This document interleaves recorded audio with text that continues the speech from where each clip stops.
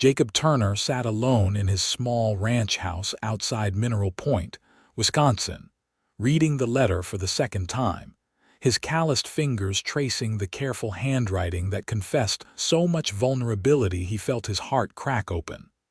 The words were simple, almost apologetic. "I must be honest before you travel all this way. I am plain to look upon, with mousy brown hair and a face forgettable as prairie grass. My leg was injured in a wagon accident 3 years past, and though it healed, I walk with a limp that marks me as broken goods. No man in my hometown will have me. If you wish to withdraw your interest, I will understand completely and harbor no ill feelings toward you." Jacob set the letter down on his rough wooden table and stared out the window at the Wisconsin landscape, spring sunshine breaking through the clouds. It was 1877, and he had been corresponding with Sarah Brennan of Council Bluffs, Iowa, for 6 months through a matrimonial advertisement. Her first letters had been thoughtful and kind, filled with observations about books she had read and questions about his cattle ranch. She wrote about helping her aging parents run their general store, about missing her younger brother who had died of fever 2 winters before, about longing for a family of her own. Not once had she mentioned her appearance until now, and he suspected she had been gathering courage to tell him the truth before his planned visit next month. Most men would probably reconsider. Jacob knew how the world worked. A wife was expected to be decorative and whole, to reflect well on her husband and bear him healthy children without complaint. But Jacob Turner was not most men. He picked up his pen and began to write back immediately, the words flowing faster than they ever had before. "Miss Brennan, I received your letter today and read it twice, not because I was reconsidering, but because your honesty moved me deeply. You sound perfect to me. I do not need a woman who turns heads in town. I need a woman with a good heart and a sharp mind, and your letters have shown me you possess both in abundance. My own face has been called hard and weather-worn. I have a scar across my jaw from a longhorn's horn when I was learning the cattle trade. I am not refined or educated. But I am honest and I work hard, and I would treat you with respect and kindness all the days of my life. If you will still have me, I will arrive in Council Bluffs on the 15th of May as planned. If not, I understand. But I hope you will give me the chance to prove that what you call broken, I call beautiful." He sealed the letter and rode into Mineral Point that very afternoon to post it, not wanting to wait another moment. The town was small but growing, with zinc mines drawing workers and their families. The post office was busy, and old Mrs. Patterson behind the counter gave him a knowing smile when she saw the Iowa address. "Still writing to that girl out east?" she asked. "Yes, madam. And if fortune favors me, I will be bringing her back as my wife before summer." "Well, I hope she appreciates what she's getting. You are a good man, Jacob Turner. Your father would be proud." Jacob tipped his hat and left quickly, not wanting to discuss his dead father or the ranch he had inherited when both parents succumbed to influenza 4 years earlier. He had been 21 then, suddenly alone and responsible for 200 acres and a small herd of cattle. The loneliness had been crushing at first, but he had thrown himself into the work, building up the ranch until it was profitable. Now at 25, he was ready for something more than solitary evenings and silent meals. The ride back to the ranch gave him time to wonder if he had been too forward in his letter. Perhaps Sarah would think him desperate or strange for being so accepting of her perceived flaws. But he could not regret his honesty. His mother had always told him that a marriage built on pretense would crumble at the first storm, and he intended his marriage to weather every gale. 2 weeks crawled by before her response arrived. Jacob saw the postal rider coming up the road and met him halfway, his heart pounding. He forced himself to wait until he was back inside before opening it, his hands actually trembling slightly. "Mr. Turner," she had written, and he could almost hear the emotion in the formal address. "I confess I wept when I read your letter, not from sadness, but from relief and something very close to joy. I had convinced myself that honesty would end our correspondence, and instead it seems to have deepened it. Yes, I will be here on the 15th of May. I will be the woman in the blue dress waiting on the platform at noon. My father says I am foolish to marry a man I have never met, but my mother understands. She says your letters remind her of how my father wrote to her when he was away during the war. I do not know if I dare hope for love, but I believe we might find friendship and respect, which is more than many marriages begin with. I count the days until we meet. Yours hopefully, Sarah Brennan." Jacob read the letter 3 times, then carefully folded it and placed it in the wooden box where he kept all her correspondence. 23 letters now, each one revealing more of the woman she was. He knew she loved strawberry preserves and hated the smell of tobacco smoke. She could read Latin and had taught herself basic arithmetic to help with the store accounts. She had a talent for gardening and dreamed of having rose bushes climbing up a porch someday. She was 23 years old and had never been farther than 50 miles from Council Bluffs. He spent the next 3 weeks preparing for the journey and the homecoming. He cleaned the house from top to bottom, even whitewashing the bedroom walls. He built a new front porch with a railing she could hold if her leg troubled her. He ordered seeds from the general store for roses and other flowers. He purchased fabric from the dry goods store, fine calico in 3 different patterns, so she could make new dresses if she wished. He bought real china plates to replace his tin ones and proper curtains for the windows. His nearest neighbor, a widower named Frank Henderson who ran the adjacent property, noticed the improvements and rode over one evening. "Getting ready for your bride?" Frank asked, accepting the coffee Jacob offered. "I am. She arrives in 2 weeks. Nervous, terrified," Jacob admitted.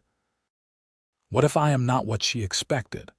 What if she takes one look at this place at me and regrets everything?" Frank laughed. "Son, if she is coming all this way to marry you based on letters alone, she is either desperate or brave. Either way, she has made her choice. Just be yourself. That is all you can do. What if myself is not enough? Then she is not the right woman, but I suspect she is. A woman who writes 23 letters is not passing time. She is investing hope." Jacob found comfort in those words during the long train journey to Council Bluffs. The railroad had made such trips possible in recent years, though the connections were still complicated. He traveled from Mineral Point to Dubuque, then southwest into Iowa, arriving in Council Bluffs on the morning of May 15th after 2 days of travel. He checked into a small hotel and took time to wash and change into his good suit, the one he had worn to his parents' funerals and never since. He shaved carefully and combed his dark hair, wishing it was not already thinning at the crown. He stared at himself in the small mirror and saw a man with serious gray eyes, a strong jaw marked by that old scar, skin tanned dark from outdoor work. Not handsome, but not frightening either. He hoped. The train station was crowded at noon, with people arriving and departing, families reuniting, businessmen hurrying past. Jacob stood on the platform, searching for a woman in a blue dress. His heart was beating so hard he thought it might crack his ribs. Then he saw her. She stood near the station house, partially in shadow, wearing a blue calico dress that looked new. She was small, perhaps 5 feet 3 inches, with a slim build. Her brown hair was pulled back simply, and she held a small carpetbag in both hands as if anchoring herself. She was scanning the crowd anxiously, and he could see even from a distance the tension in her shoulders. Jacob walked toward her, removing his hat. As he approached, she turned and their eyes met. Hers were brown, he saw, deep brown like rich earth. Her face was indeed plain in the way she had described, with no dramatic features or striking beauty. But there was something in her expression, a mix of fear and hope and determination, that struck him as lovely beyond measure. "Miss Brennan," he said, his voice rougher than he intended. "Mr. Turner," her voice was soft but clear. "Yes, madam," he found himself smiling despite his nerves. "I am glad you are here. I am glad to be here." She smiled back, tentatively at first, then with more confidence. "You look like your description, honest. As do you. Though you did not mention your eyes, they are beautiful." She blushed, color flooding her pale cheeks. "You are kind to say so." "I am honest to say so. May I carry your bag?" She handed it to him, and their fingers brushed briefly. The touch sent a shock through his system. He had shaken hands with hundreds of men in his life, but this simple contact with this woman felt momentous. "I have a hotel room," he said as they walked slowly toward the street. He noticed she did favor her left leg slightly, her gait just a bit uneven, but it did not seem to pain her. "I thought we might have dinner this evening and talk. Tomorrow we could meet with a minister if you are still willing, or we could wait longer if you prefer. I do not want you to feel rushed." Sarah stopped walking and turned to face him fully. "Mr. Turner, I have thought of little else but this meeting for 6 months. I am nervous and uncertain about many things, but I am not uncertain about wanting to marry you. If you are still willing after meeting me in person, I see no reason to delay." Her directness surprised and delighted him. "Then tomorrow it is. But please call me Jacob. Mr. Turner was my father. Jacob," she repeated, trying out the name, "and you should call me Sarah." They had dinner that evening at the hotel restaurant, a modest establishment but clean. The first hour was awkward as they navigated the strange territory between familiar correspondence and unfamiliar presence. But gradually, the conversation found its rhythm, helped by the fact that they already knew so much about each other's thoughts and histories.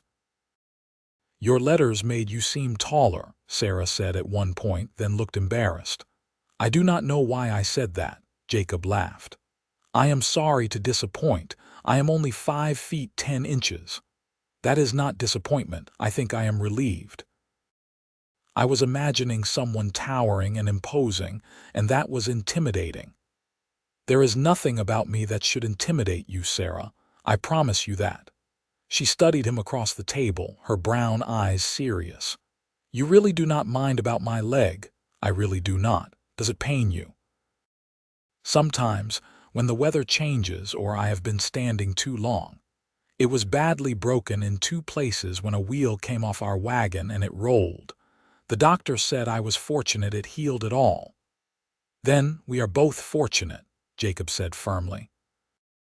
"And if it pains you, you will tell me, and we will find ways to manage it. I imagine ranch life will be different from store work." "I am not afraid of work," Sarah said quickly. "I do not want you to think I expect to be pampered." "I think we will take care of each other," Jacob said. "That is what partners do." The word seemed to resonate with her. Partners. Yes, I like that. They married the next day at a small church, with the minister's wife and the hotel owner serving as witnesses. Sarah wore the same blue dress and Jacob wore his suit. The ceremony was brief and simple. When the minister pronounced them man and wife and told Jacob he could kiss his bride, they exchanged a look of mutual panic and nervousness before Jacob leaned in and pressed a quick, chaste kiss to her lips. It was his first kiss, and he suspected it was hers as well. It was awkward and innocent and over almost before it began, but it felt like a promise all the same. They had one night in the hotel as husband and wife before beginning the journey back to Wisconsin. Jacob had worried extensively about this part, unsure of expectations and proprieties. But when they entered their room that evening, Sarah spoke first. "Jacob, I know what is expected between husband and wife, but I wonder if we might take our time with that aspect of marriage. I am nervous, and I think you are too." Relief flooded through him. "I am glad you said it. I want our marriage to be built on trust and comfort, not obligation. We have the rest of our lives, Sarah. There is no rush." They talked late into the night instead, sitting in the two chairs by the window, sharing more stories and hopes. When they finally slept, it was in the same bed but with careful space between them. Two people still learning to be close. The journey to Mineral Point took another 2 days, and by the time they arrived at the ranch, they had grown more comfortable with each other. Sarah's nervousness had given way to curiosity, and she asked detailed questions about the cattle, the land, the neighbors, the town. Jacob answered everything thoroughly, pleased by her genuine interest. When the wagon finally rolled up to the ranch house, he saw it through her eyes and felt a moment of doubt. It was small and plain, just 4 rooms, wood frame construction with a stone foundation. The new porch looked nice, but the house itself was weathered and simple. "It is not grand," he said apologetically. Sarah climbed down from the wagon, careful with her bad leg, and stood looking at the house and the land beyond. The late afternoon sun painted everything gold. Cattle grazed in the distant pasture. Birds sang in the trees near the creek. "It is beautiful," she said softly. "It is home." Jacob carried her bag inside and showed her through the rooms. The main room served as kitchen and sitting area, with a large fireplace and his mother's old rocking chair. The bedroom was just big enough for the bed and a wardrobe. There was a small room he used for storage, and another even smaller one that might someday be a nursery. "I know it needs a woman's touch," he said. "It has been just me for 4 years, and I am not skilled at homemaking." "It is clean and well maintained," Sarah said. "That is more than many women start with, and I see you planted flowers." She had noticed the fresh tilled beds along the porch, waiting for the seeds he had purchased. "I remember you wanted roses," he said. "I have seeds, though I confess I do not know much about growing them." She turned to him with tears in her eyes. "You remembered that, from one line in one letter." "I remembered everything you wrote," he said simply. She crossed the room to him then and hugged him, suddenly and fiercely. He wrapped his arms around her carefully, feeling how small she was against his chest, how she trembled slightly. They stood like that for a long moment, holding each other in the quiet house, and Jacob felt something shift inside him, like a door opening in a dark room. Their first weeks of marriage were an adjustment for both of them. Sarah took over the cooking and housekeeping, and Jacob was amazed at the transformation. The house had always been clean, but now it felt alive. Curtains brightened the windows. Wildflowers appeared in jars on the table. The smells of baking bread and simmering stew replaced the emptiness. She planted the flower seeds and started a vegetable garden, moving carefully but steadily through the work. Jacob tried to include her in the ranch operations without overwhelming her.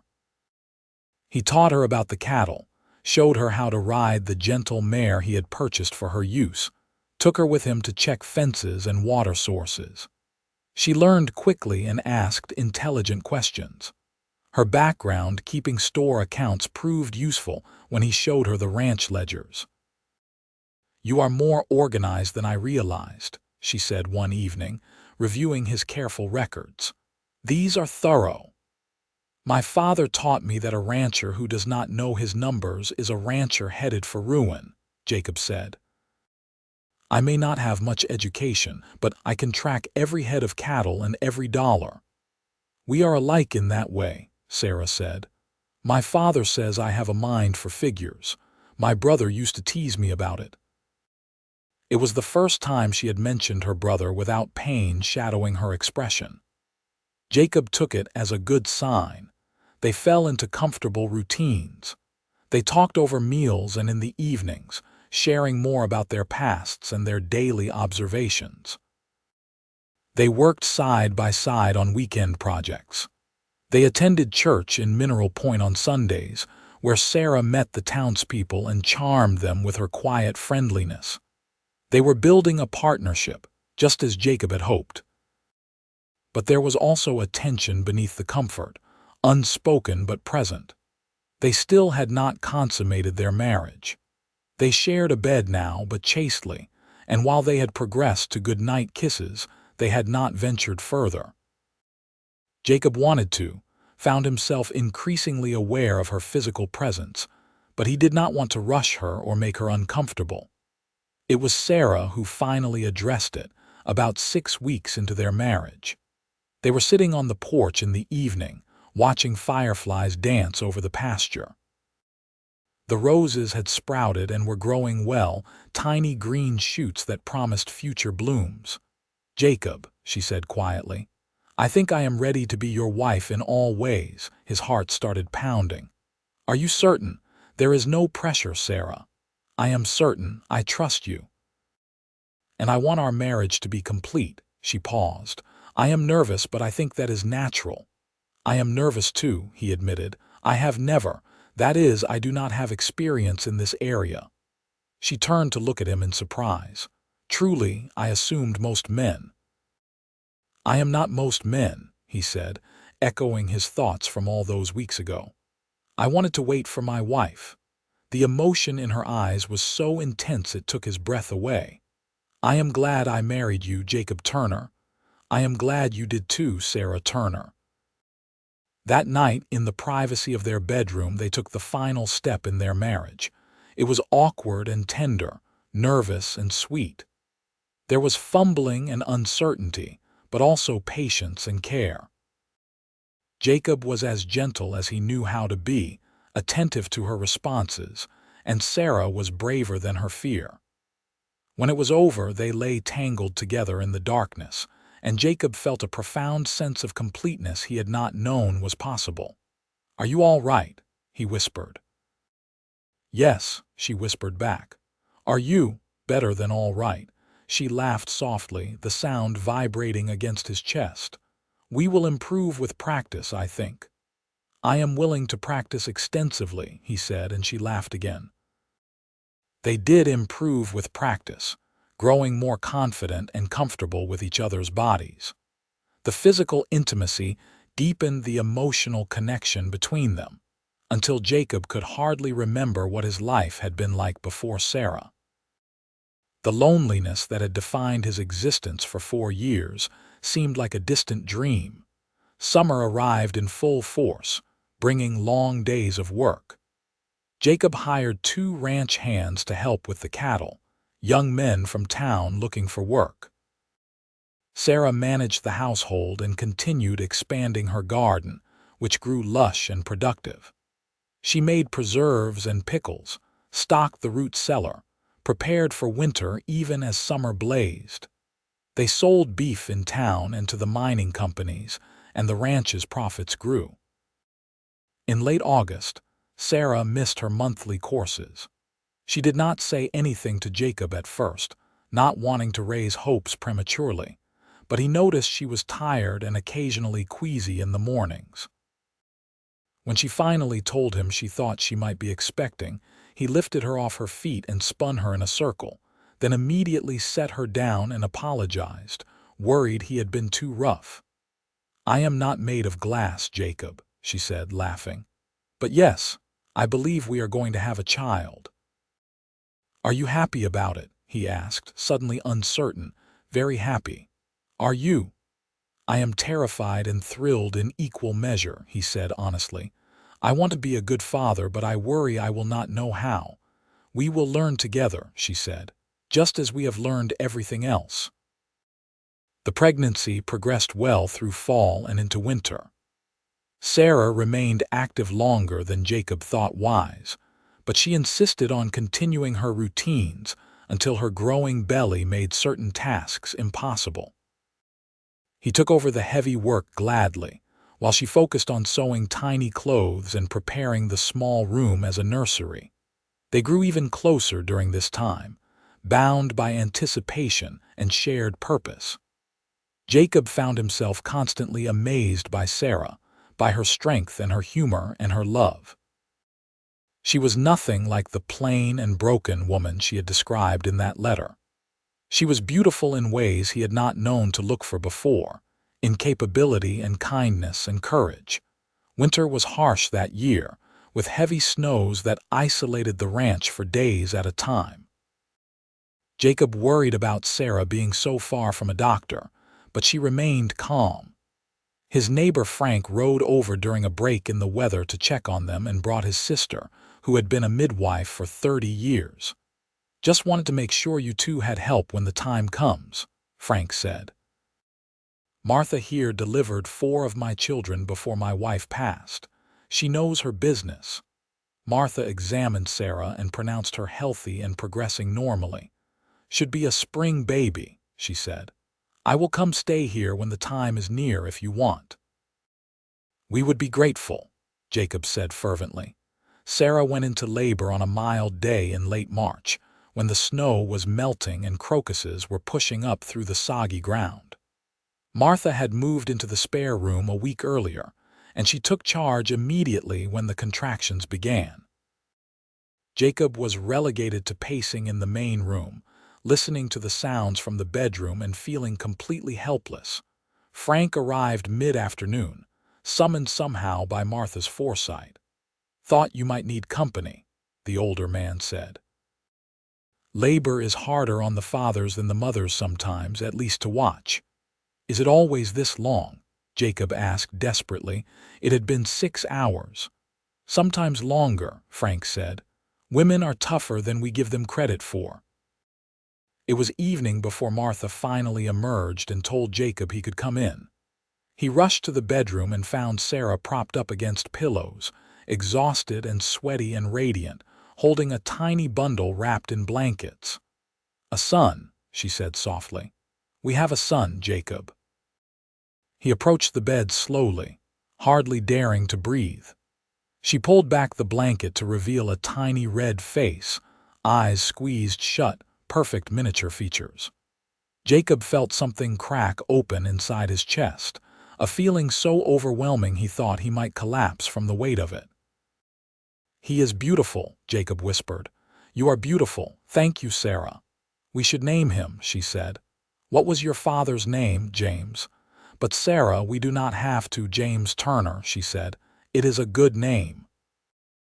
Jacob sat carefully on the edge of the bed, and Sarah shifted the baby into his arms. He held his son for the first time, marveling at the tiny weight, the delicate fingers that curled instinctively. This was his child, his family, his future. "I love you," he said, looking at Sarah. "I do not think I have said that before, but I love you more than words can express." Tears spilled down her cheeks. "I love you too. I think I have for a while now, but I was afraid to say it first." "We are both foolish then," he said, leaning to kiss her gently. "I will say it every day from now on, so you never doubt it." The baby made a small sound, and they both laughed, the tension breaking. Martha came back in to check on Sarah and shoo Jacob out so mother and child could rest. He went reluctantly, wanting to stay close to them both. Frank was waiting with a bottle of whiskey. "A toast to your son," he said, pouring 2 glasses. "May he grow strong and wise." They drank, and then Frank headed home through the twilight. Jacob sat alone in the main room, listening to the quiet sounds of his wife and child sleeping in the next room, and felt more content than he had ever been in his life. The next months were exhausting and wonderful. James was a healthy baby with powerful lungs and an appetite to match. Sarah recovered well from the birth, though she was tired from night feedings. Jacob helped however he could, changing diapers and walking the floor with James when he fussed, taking over more of the household chores so Sarah could rest. The ranch demanded attention as well. Spring meant calving season, new growth, repairs after winter damage. Jacob hired back his summer hands and worked long days. Sarah brought James outside in good weather, letting him sleep in a cradle on the porch while she worked in her garden. The roses she had planted the previous spring bloomed for the first time, climbing up the porch railings in a profusion of pink and white. "You did it," Jacob said one evening, admiring them. "You said you wanted roses climbing a porch." "I have everything I wanted," Sarah said, holding James against her shoulder. "More than I ever dared dream of." Life settled into a new rhythm, busier but richer. James grew rapidly, reaching each milestone to his parents' delight. The ranch continued to prosper. Jacob and Sarah's love deepened with shared experience and weathered challenges. They learned to read each other's moods and needs, to work together seamlessly, to find moments of connection even in the chaos of daily life. When James was 10 months old and starting to pull himself up on furniture, Sarah discovered she was pregnant again. This time there was less fear and more confidence. They knew what to expect, and they were ready. The second baby arrived in early spring, another easy birth despite Jacob's continued anxiety. This time it was a girl, tiny and dark-haired like her mother. They named her Rose, for the flowers that bloomed outside the window where she was born. With 2 small children, the house felt full in the best possible way. Jacob expanded it that summer, adding 2 more rooms to give the children space to grow. Sarah hired a young woman from town to help with the housework and child care a few days a week, giving her time to continue managing the ranch accounts and garden. The years passed in a blur of growth and change. James learned to walk and talk, becoming a sturdy toddler fascinated by everything on the ranch. Rose followed in his wake, determined to keep up with her older brother. Jacob taught his son about cattle and horses, patient with childish questions and small hands eager to help. Sarah taught them both to read, using her father's old primers and later books ordered from catalogs. They were not wealthy, but they were comfortable. The ranch supported them well, and Jacob's careful management ensured steady growth. They became fixtures in the Mineral Point community, known for their reliability and kindness. Sarah organized a lending library from her personal collection, open to any family in town. Jacob helped neighbors with difficult projects, never asking for payment. When James was 5 and Rose was 4, Sarah had a third baby, another boy they named Henry after her father. The older children were fascinated by their baby brother, gentle and helpful. The house rang with laughter and occasional tears, with the chaos of childhood and the deep satisfaction of family. One evening when Henry was about 6 months old, Jacob and Sarah managed to steal a few moments alone on the porch. The children were asleep, the ranch hands had gone home, and the summer night was warm and full of cricket song. "You remember that letter?" Sarah asked, settling against Jacob's side as they sat on the porch swing he had built. "Which letter?" "The one where I told you I was plain and broken." Jacob pulled her closer. "I remember, I read it twice. What did you think when you read it the second time?" "The same thing I thought the first time, that you sounded perfect to me." She tilted her face up to look at him. "I was so afraid when I wrote that letter. I thought for certain you would change your mind about meeting me. I knew the moment I read it that you were the woman I was going to marry," Jacob said. "Your honesty, your courage to be vulnerable, the way you gave me a choice instead of deceiving me. I fell in love with you through that letter, even before I saw you in person." "I fell in love with your response," Sarah said. "When you said I sounded perfect to you, I thought my heart would burst." "You are perfect to me," Jacob said. "You always have been, even more now than then." They sat in comfortable silence, swaying gently on the swing. The roses growing along the porch railing filled the air with sweet fragrance. Somewhere in the pasture, a cow lowed softly. Inside the house, their children slept safely. "I never imagined this," Sarah said quietly. "When I answered that matrimonial advertisement, I hoped for security and perhaps companionship. I never imagined I would have love. Real love, the kind I had only read about in books. I never imagined I would be this happy," Jacob admitted. "After my parents died, I thought I was destined to be alone. I worked the ranch and survived each day, but I was not truly living. You brought life back to me, Sarah. You and our children." "We brought life to each other," she corrected. "That is what love does." Years continued to pass, marked by the rhythms of ranch life and family. The children grew, each developing distinct personalities. James was serious and responsible, devoted to learning everything about ranching. Rose was clever and energetic, always asking questions and testing boundaries. Henry was gentle and thoughtful, happiest with a book or helping his mother in the garden. When Rose was 7, she asked her mother about the limp that was still barely noticeable but present. Sarah explained about the wagon accident, showing her daughter the scars on her leg where the bone had broken through skin. "Does it still hurt?" Rose asked. "Sometimes when I am very tired or the weather is changing, but it is part of me now. I do not mind it." "Papa says you are the strongest person he knows," Rose said matter-of-factly. Sarah felt tears prick her eyes. "Your papa is kind." "Papa does not say things he does not mean," Rose said, with the certainty of a child who knew her father well. It was true.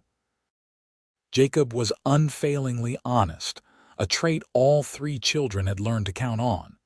He was firm but fair, patient with mistakes but insistent on integrity. He taught them to work hard and treat others with respect. He showed them through daily example what it meant to love and honor their mother. Sarah bloomed under his steady love and devotion. The plain woman she had once called herself was gone, replaced by someone confident and capable. She managed the household and helped run the ranch, raised 3 children, maintained friendships in town, and still found time for her beloved garden. Her roses had spread along the entire front of the house now, a riot of color each summer. When James was 15, he asked his father about marriage. They were mending a fence in the north pasture, working side by side in the autumn sunshine. "How did you know Ma was the right one?" James asked, hammering a post. Jacob paused in his work. "I knew from her letters that she was thoughtful and kind, but I really knew when we met in person, and she was exactly who she had presented herself to be in writing. No false pretenses, no games, just honesty." "But you did not love her right away." "I think I did, actually. Or at least I loved who she was in those letters. The love grew deeper after we married as we built a life together. Love is not just a feeling, son. It is a choice you make every day to be patient and kind, to work together, to forgive mistakes and celebrate victories. Your mother and I choose each other every day." James absorbed this thoughtfully. "I want what you and Ma have someday." "Then be the kind of man worthy of a good woman," Jacob said. "Be honest and hardworking and kind. The rest will follow." As the children moved into young adulthood, Jacob and Sarah found themselves with more time together again. James took on more ranch responsibilities, capable and mature beyond his 18 years. Rose at 17 was helping teach at the town school, having inherited her mother's love of books and learning. Henry at 13 was still deciding his path, but helped wherever needed. Jacob was 43 now, his dark hair thoroughly gray, his body marked by decades of hard work. Sarah was 41, her brown hair streaked with silver, her face lined by sun and time and laughter. They had been married 18 years, and Jacob loved her more with each passing season. One evening, sitting on their porch swing as they had countless times before, Sarah said, "I want to tell you something." Jacob heard the serious note in her voice and gave her his full attention. "What is it? Do you remember Mrs. Patterson at the post office?" "Of course. She retired last year. She told me something before she left. She said that when you posted your letters to me during our courtship, you always had this expression on your face, hopeful and determined. She said she knew you were going to marry me before you even met me, just from watching you mail those letters." "She was a perceptive woman," Jacob said. "She also said that after we married, every time you came to town, you talked about me. About something I had said or done, about how grateful you were to have found me. She said it was clear to everyone that you adored me." "I did adore you. I still do." Sarah took his hand. "I just wanted you to know, that I recognize what a rare gift our marriage is. Some people live their whole lives without experiencing real love, and we have had it for 18 years. We will have it for many more," Jacob said. "I plan to grow very old with you, Sarah Turner." "Good," she said, "because I am not finished with you yet." They were blessed with more years indeed. James married a farmer's daughter from Mineral Point when he was 21, and they settled on a piece of land adjacent to the ranch that Jacob and Sarah gave them as a wedding present. Rose surprised everyone by falling in love with a mining engineer who appreciated her sharp mind, and they married when she was 19. Henry studied agriculture at the university in Madison, the first of the family to pursue higher education. Jacob and Sarah became grandparents when James and his wife had twins, a boy and a girl. Rose followed with a son a year later. They spent holidays surrounded by family, the ranch house bursting with noise and love. Sarah cooked enormous meals, her recipes perfected over decades. Jacob entertained the grandchildren with stories of the old days, of building the ranch from nothing, of bringing their grandmother home from Iowa all those years ago. On their 25th wedding anniversary, Jacob surprised Sarah with a trip back to Council Bluffs. They took the train, just as Jacob had done to meet her all those years before. The town had grown and changed, but the train station was the same. They stood on the platform together, holding hands. "I was standing right there," Sarah said, pointing. "In the blue dress my mother made especially for meeting you. I was so nervous I thought I might be sick." "I was terrified," Jacob admitted. "I thought you would take one look at me and regret everything. Instead, I took one look at you and thought you had kind eyes. I thought I might be safe with you." "Were you right about that?" She squeezed his hand. "So right it almost makes me believe in divine providence. That God put that matrimonial advertisement where I would see it, that He arranged our correspondence, that He brought us together." "I do believe in divine providence," Jacob said, "because nothing else explains how I got so lucky." They visited Sarah's parents, who were elderly now but still running the general store with help from Sarah's nephew. Her mother wept to see them, holding Sarah close and thanking Jacob again for taking good care of her daughter. "She was supposed to be a spinster," her mother said. "After the accident, everyone said she would never marry, but I prayed, and God sent you." "God sent her," Jacob corrected gently. "I was the fortunate one." On the train ride home, Sarah leaned against Jacob's shoulder. "Thank you for taking me back there. Thank you for leaving there," he said. "For being brave enough to answer that advertisement, to tell me the truth about yourself, to get on a train and travel to a stranger." "You were never a stranger," Sarah said. "From the first letter, I felt I knew you, like I was remembering someone rather than meeting someone new." "I felt that too," Jacob said. "Like you were someone I had been waiting for all my life without knowing I was waiting." They grew old together on the ranch, surrounded by family and the land they had worked for decades. Jacob's hair turned completely white, and his joints ached on cold mornings, but he still rose early and checked the cattle. Sarah's limp became more pronounced as arthritis settled in her old injury, but she still tended her roses and spent hours playing with grandchildren in the garden. When Jacob was 62, he suffered a mild heart episode that frightened them both. The doctor ordered him to slow down to let James handle more of the ranch work. It was difficult for Jacob to step back, but Sarah was firm. "I need you here with me," she said. "I need more years with you. So you will rest and let our son do the heavy work. We raised him well. He can handle it." Jacob obeyed, not for himself but for her. He discovered that retirement had its own pleasures. He spent more time with grandchildren, teaching them to fish in the creek and telling them stories. He sat with Sarah on the porch every evening, watching the sun set over the land they had built together. They held hands like young sweethearts, fingers intertwined, decades of love in that simple touch.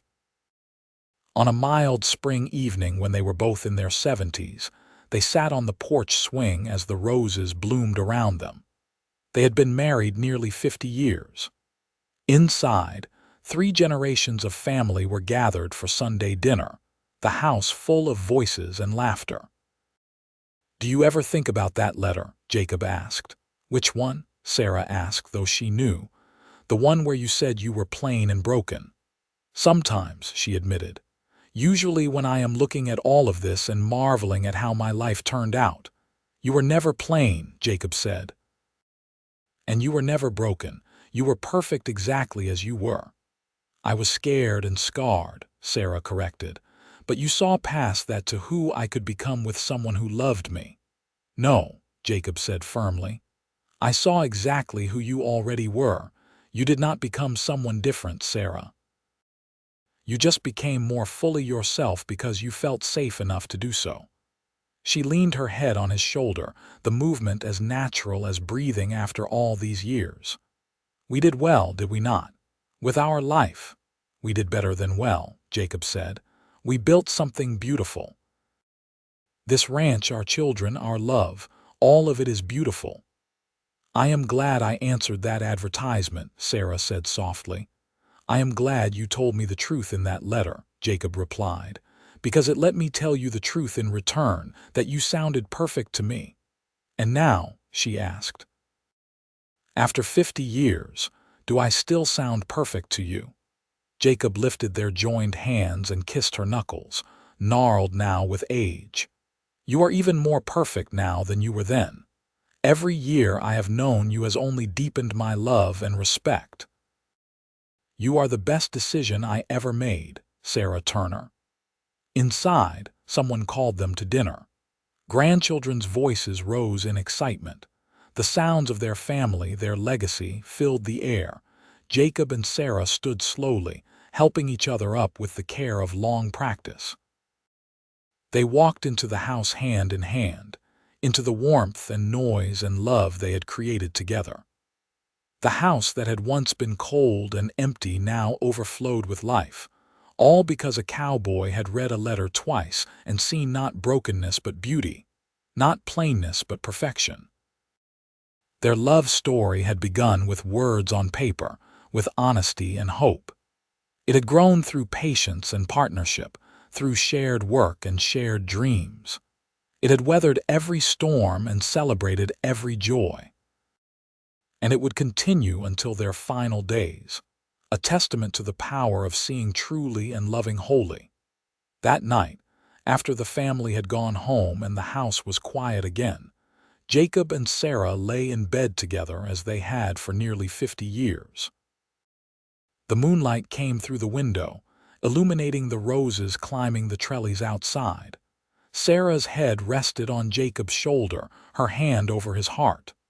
"I love you," he said, as he had said every day since the night their son was born.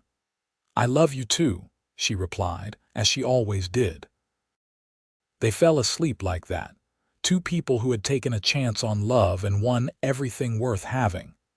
Outside, the wind rustled through the roses, carrying their sweet scent across the ranch they had built together. In the pasture, cattle grazed peacefully under the stars. In the houses nearby, their children and grandchildren slept, living out the legacy of love and hard work their parents had established. Jacob and Sarah Turner had started with a letter, a leap of faith, and two hearts brave enough to hope. They had built a lifetime of love from that foundation, proving that the greatest romances are not about perfection, but about seeing each other truly and choosing each other daily. She had called herself plain and broken, but he had seen the truth. She was perfect, exactly as she was, and together they had created something more beautiful than either could have imagined alone. Their story was one for the ages, a Western romance written not with drama and grand gestures but with steady devotion and quiet courage.